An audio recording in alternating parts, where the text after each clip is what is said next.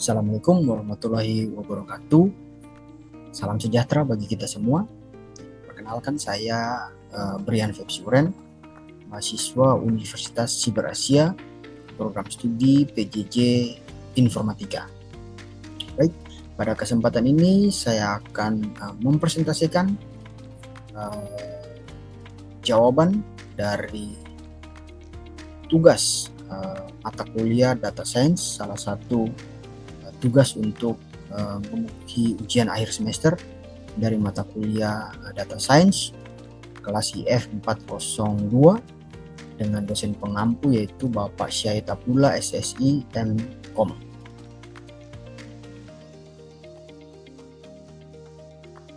Baik, untuk jawaban nomor 1 dari tugas yang diberikan berdasarkan gambar dari dataset yang diberikan di soal, terdapat 3 fitur utama dari dataset tersebut. Yang pertama ada age dengan jenis dari datanya yaitu numerik atau integer yang menyatakan usia dari masing-masing individu dalam tahun. Nah, fungsinya biasanya digunakan untuk menganalisis apakah usia mempengaruhi keputusan membeli atau tidak. Variabel yang kedua dari dataset itu ada estimate salary. Jenis dari datanya yaitu numerik atau integer. Yang dimaksud dari variabel yang kedua yaitu pendapatan atau estimasi gaji dari setiap individu dalam satuan mata uang tertentu. Nah, fungsinya bisa dianalisis untuk melihat apakah besarnya gaji berkorelasi dengan perilaku pembelian. Variabel yang ketiga ada purchased, yaitu kategorial atau biner. Artinya bahwa 0 sama dengan tidak dibeli dan biner 1 artinya membeli. Nah, label target atau kelas yang menunjukkan apakah seseorang membeli produk ataukah tidak membeli. Fungsinya itu biasanya digunakan sebagai variabel target dalam klasifikasi, misalnya dalam model machine learning. Untuk jawaban dari soal nomor 2 dari dataset yang sama, ya, kita diminta untuk menghitung mean, median, dan modus. Saya sudah menghitung median dan modus dengan gambar di samping dengan aplikasi yang saya pakai yaitu untuk menjalankan perintah sehingga mendapatkan mean, median, dan modus, yaitu saya memakai aplikasi R untuk menjalankan perintah sehingga memperoleh hasil dari dataset yang diberikan. Seperti pada gambar di samping, jadi dari hasil hitung dataset yang saya lakukan maka didapatkan mean dengan angka 69742,2 dan mediannya ada di 70000 dan modusnya ada di 72000. Untuk jawaban dari soal nomor 2 poin A, dan untuk poin yang ke B kita juga diminta untuk menghitung jangkauan dan nilai kuartilnya yaitu Q1, Q2, dan Q3 seperti pada hasil gambar di samping yang sudah saya lakukan pada aplikasi R. Untuk jangkauan dan nilai kuartil yang didapat yaitu untuk Q1 ada di angka 4300, Q2-nya ada di angka 70000 dan Q3-nya ada di angka 88000. Itu untuk poin B-nya, untuk jangkauan dari nilai kuartilnya. Dan untuk poin C kita juga diminta untuk menghitung varian atau ragam dan standar deviasinya. Juga seperti pada gambar di samping, dari hasil yang saya dapat dari aplikasi R yang saya gunakan untuk ragam dan standar deviasi yang didapat yaitu untuk variasi standarnya ada di angka 1162602701. Sedangkan untuk deviasinya ada di angka 34096,96. Jadi secara keseluruhan dari jawaban untuk soal nomor 2 dari dataset yang diberikan, mean, median, dan modus sudah saya hitung. Bahkan untuk jangkauan dari nilai kuartilnya Q1, Q2, Q3 juga sudah didapatkan. Dan untuk ragam dan standar deviasinya pun sudah didapatkan. Baik, untuk jawaban dari soal nomor 3, kita diminta dari dataset yang sama untuk membuat visualisasi data dalam bentuk scatter plot, dalam bentuk histogram, dan dalam bentuk box plot. Nah, untuk visualisasi data dalam bentuk scatter plot seperti ada di gambar sudah saya buat. Nah, untuk sumbu X atau horizontal dari visualisasi data scatter plot ini itu merepresentasikan estimate salary atau gaji, perkiraan gaji yang berkisar dari angka 20.000 hingga 150.000. Itu untuk sumbu X-nya. Dan untuk sumbu Y-nya atau vertikalnya itu merepresentasikan usia yang berkisar dari 18 hingga 60 tahun.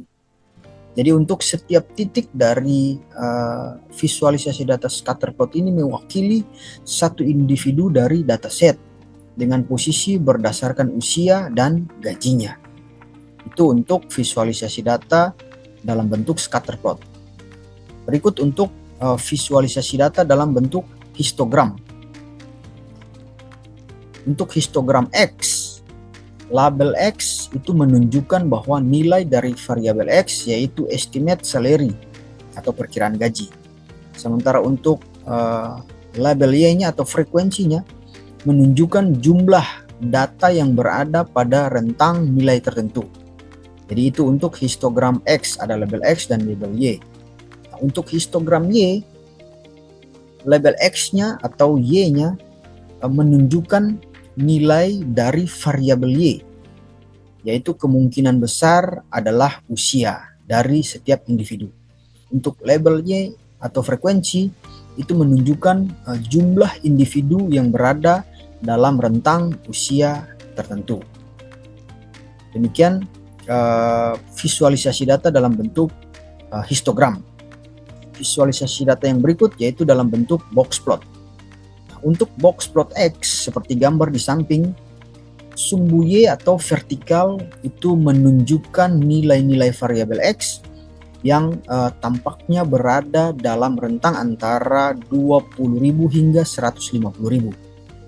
Untuk garis tengah atau median dari data X berada di sekitar 70.000 yang menunjukkan nilai tengah dari distribusi data. Yang ketiga ada interquartile range atau IQR. Nah, untuk kuartil bawah atau Q1 itu berada di sekitar 55.000. Kuartil atas atau Q3 itu sekitar 85.000, sehingga IQR yang didapat yaitu kuartil atas dikurangi dengan kuartil bawah sehingga mendapatkan hasil 30.000. Poin yang berikut, poin yang keempat, whisker atau garis putus di atas dan bawah kotak itu menunjukkan bahwa batas nilai minimum dan maksimum yang tidak dianggap sebagai outlier. Batas bawah dan atas terlihat tidak terlalu jauh dari Q1 dan Q2 sehingga itu menandakan bahwa data cukup terkonsentrasi. Poin yang kelima, dalam box plot X ini tidak ada outlier. Jadi tidak ada titik yang berada di luar whisker sehingga menandakan bahwa tidak terdapat nilai outlier atau nilai yang ekstrim pada data X. Untuk selanjutnya itu box plot Y seperti pada gambar di samping, bahwa sumbu X atau vertikalnya itu menunjukkan nilai-nilai variabel Y yang berada dalam rentang antara kurang dari 20 hingga hampir 60. Nah, untuk garis tengah dalam kotak atau median itu berada sekitar 35. Itu menunjukkan nilai tengah distribusi variabel Y. Untuk IQR-nya atau interquartile range-nya, kuartil pertama atau Q1 itu berada di 30, dan kuartil 3 atau Q3-nya itu berada di sekitar 45, sehingga hasil dari IQR-nya itu Q3 dikurangi Q1 sehingga mendapatkan angka 15. Untuk whisker atau garis atas dan bawah kotak, whisker bawah itu mendekati 18, sementara whisker atas itu mendekati 60, sehingga terdapat beberapa titik di atas whisker, yang berarti ada outlier pada bagian atas. Baik, untuk jawaban dari soal nomor 4 yang diberikan dari hasil visualisasi yang didapatkan pada soal nomor 3, kita diminta untuk menjawab beberapa pertanyaan di soal nomor 4. Kita diminta untuk menjawab beberapa pertanyaan dari hasil visualisasi yang didapatkan dari soal atau jawaban nomor 3. Yang pertama, dari ketiga bentuk visualisasi data tersebut, menurut saya yang paling baik untuk melakukan eksplorasi data yaitu visualisasi box plot. Kenapa visualisasi box plot? Karena box plot ini menyajikan ringkasan yang statistik secara mudah dipahami, seperti nilai minimum, kuartil pertama, bahkan nilai maksimumnya.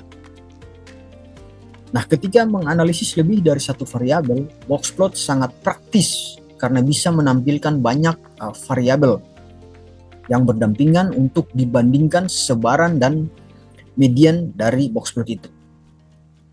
Yang kedua, dalam dataset tersebut tidak terdapat nilai ekstrim atau outlier. Nah, dalam visualisasi scatter plot seperti yang dijelaskan di jawaban dari soal nomor 3, visualisasi scatter plot ini seperti titik data tampak tersebar cukup normal tanpa adanya titik tunggal yang jauh terpisah dari kumpulan data utama, dan distribusi tampak cukup padat dan membentuk pola umum tanpa adanya anomali yang mencolok, sehingga tidak ditemukan hasil atau nilai ekstrim atau outlier. Yang berikut dalam visualisasi data histogram juga menunjukkan distribusi data yang lebih simetris dan menyebar secara normal di sekitar nilai tengah, sehingga tidak ada indikasi visual adanya outlier pada variabel histogram X. Nah, untuk histogram Y menunjukkan ada beberapa nilai tinggi, tetapi tidak cukup bukti bahwa itu adalah nilai outlier karena masih dalam pola distribusi normal. Jadi tidak cukup bukti yang menunjukkan bahwa histogram Y ada nilai outliernya. Berbeda dengan visually box plot, dalam variabel box plot ini juga tidak terlihat adanya titik data di luar atau garis putus-putus di bawah dan putus-putus di atas dan di bawah kotak, sehingga menunjukkan bahwa tidak ada outlier yang terdeteksi secara visual di box plot X ini. Nah, untuk box plot Y terdapat beberapa titik di atas whisker atas yang lebih dari 60, sehingga untuk box plot Y ini ada outlier pada bagian atas.